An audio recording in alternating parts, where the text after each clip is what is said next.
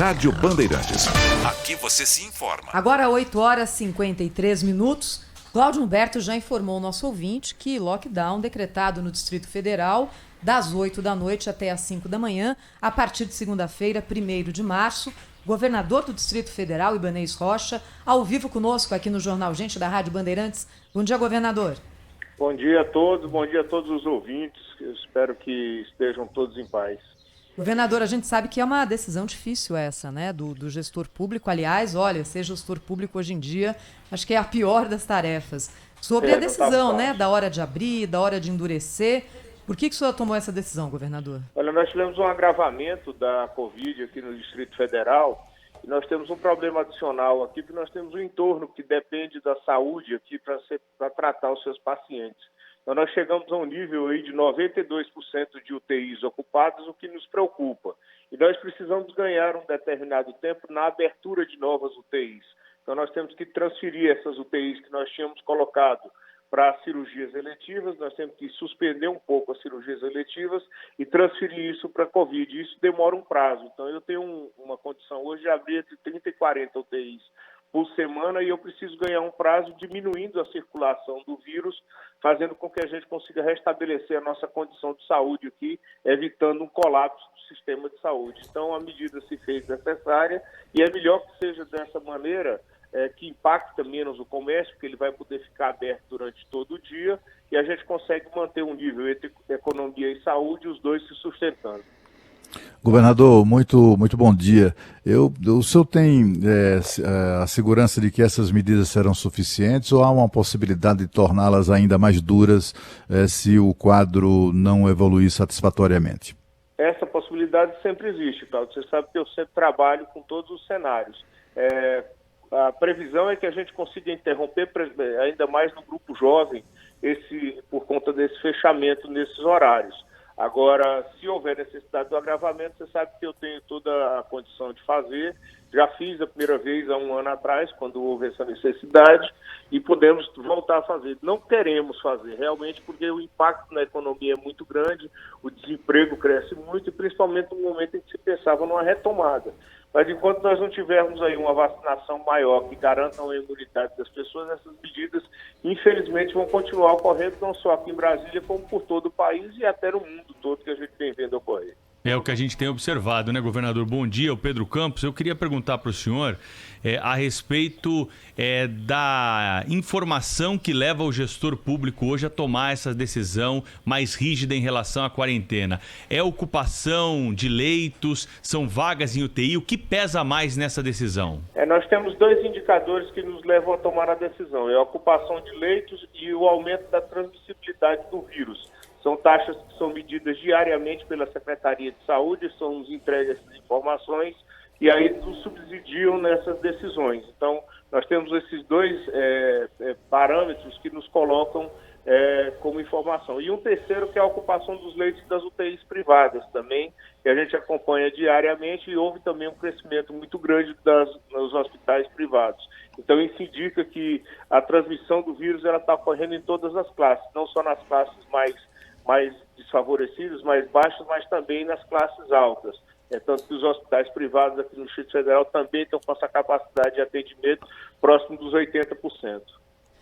Governador, deu para perceber já foi detectado que é importante a presença de novas variantes que aceleram a contaminação, ou esse crescimento aí bastante significativo de número de casos decorre ainda daquele pessoal que, apesar de todas as medidas e de todas as proibições, celebraram, comemoraram ou brincaram carnaval. Isso tem a ver com o carnaval ainda e tal, ou é já a nova variante que avança também no Distrito Federal? Aqui no Distrito Federal nós ainda não detectamos, pelo menos eu não tenho notícia através da Secretaria de Saúde, do LACEN, que é o nosso laboratório, da presença dessa nova variante. E o que eu acredito, e é o que nós estamos estudando junto à CODEPAN, é que houve um afrouxamento das pessoas no que diz respeito às restrições. O clima, nós liberamos o comércio, liberamos os estabelecimentos e fizemos apenas um pedido indicativo com decretos, com algumas coisas no sentido de que não houvesse aglomerações, o uso de máscaras obrigatórias, mas infelizmente as pessoas não seguem essas regras. Então o que a gente nota é que houve um afrouxamento por parte da população no cumprimento dessas medidas que são necessárias e isso gerou essa onda, essa nova contaminação com mais força. Tem aí também, aqui no caso do Distrito Federal, a chegada das férias.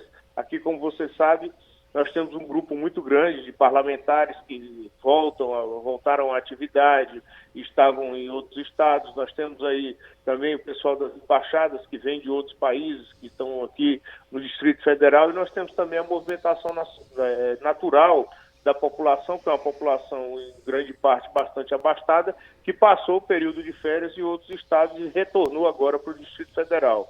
Então, isso tudo somado, a gente tem agora o impacto na pandemia aqui na nossa cidade.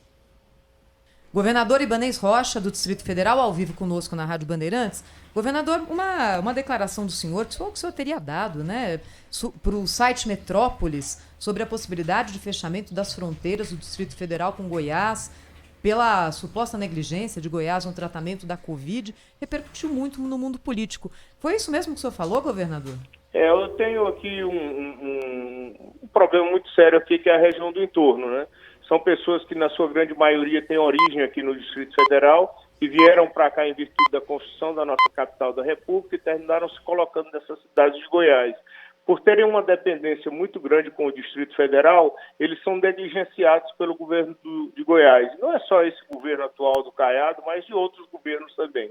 Para que se tenha uma ideia, não existe rede hospitalar capaz de atender essa população durante o entorno. Temos aqui, por exemplo, na cidade de Águas Lindas, que é fronteiriça aqui com o Distrito Federal na região oeste, tem um hospital que está lá há 15 anos parado e não consegue terminar a obra.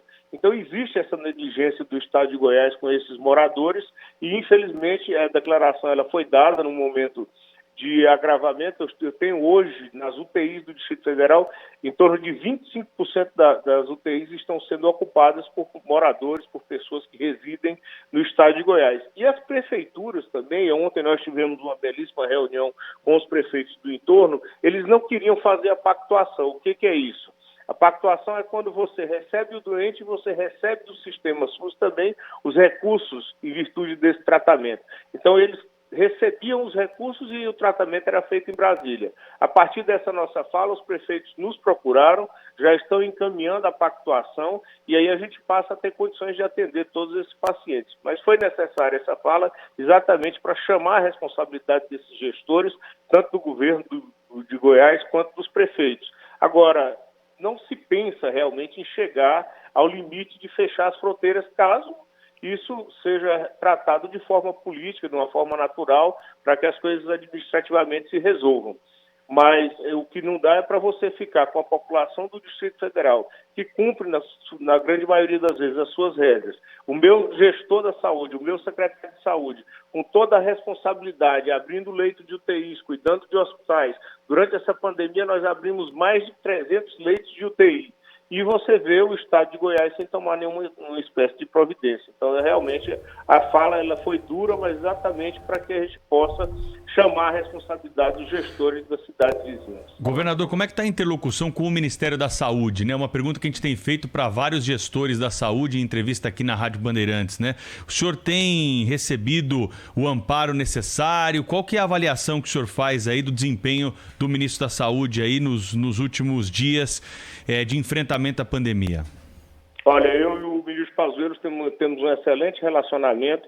Meu secretário de saúde, até porque ele ficou muitos anos como secretário de Vigilância Sanitária, tem um excelente relacionamento dentro do Ministério da Saúde. Para nós aqui no Distrito Federal não tem faltado nada, tanto do ponto de vista de EPIs, de exames, acompanhamento, atendimento. O que nós nos ressentimos, eu acho que todos os gestores tratam disso, é exatamente a questão da vacinação. Nós gostaríamos que essa vacinação tivesse um outro nível, porque já está visto aí que somente a vacinação vai parar esse vírus. Então, o que nós cobramos, todos os gestores públicos, todos os governadores, frentes de prefeitos, é exatamente que a gente consiga adquirir mais doses de vacina para que a gente saia dessa situação tão ruim que tem colocado a saúde do Brasil. Governador, o senhor também tem uma posição muito firme assim, em relação a essa onda de prefeitos e governadores falarem e até o próprio Supremo, né, mencionar essa história da compra direta de vacinas para diretamente dos estados e municípios junto aos laboratórios, etc. O que é que o senhor acha disso tudo? Olha, eu acho que essa corrida ela não deve se estabelecer no Brasil. Eu acho que quem tem que comprar vacina é o Ministério da Saúde, e tem comprado. Ontem mesmo anunciou a compra de mais 20 milhões de doses da Covaxin. Eu acho que essa distribuição tem que ser feita de forma organizada entre estados e municípios pelo Ministério da Saúde. Nós temos que seguir o Plano Nacional de Imunização, no que o Brasil é craque. Nós temos o melhor Plano Nacional de Imunização, se não o melhor, mas um dos melhores do mundo. E eu confio nisso aí. O que nós estamos tendo problema é a crise da vacina, porque ela não existe. Nós temos outros países da Europa, vários países que estão aí também passando dificuldades, como é o caso da nossa querida Portugal, que tanto eu quanto você, Cláudio, adoramos, mas está passando um grande problema que não consegue adquirir doses de vacina. Então eu acredito no Plano Nacional de Imunização, acredito na capacidade do Ministério da Saúde na aquisição de vacinas e no momento que elas existam, vão chegar à disposição da população como um todo. Sou totalmente contrário à guerra das vacinas, porque senão nós vamos ter estados que têm melhores condições financeiras, como é o próprio Distrito Federal, comprando vacinas e vacinando sua população, e outros estados da federação e municípios pequenos sem a menor condição de vacinar o seu povo. Queria agradecer ao governador Ibanez Rocha, governador do Distrito Federal, que falou ao vivo conosco aqui na Rádio Bandeirantes, entrevista transmitida também na capa do Portal UOL. Obrigada, governador. Até a próxima. E eu que agradeço a todos. Rede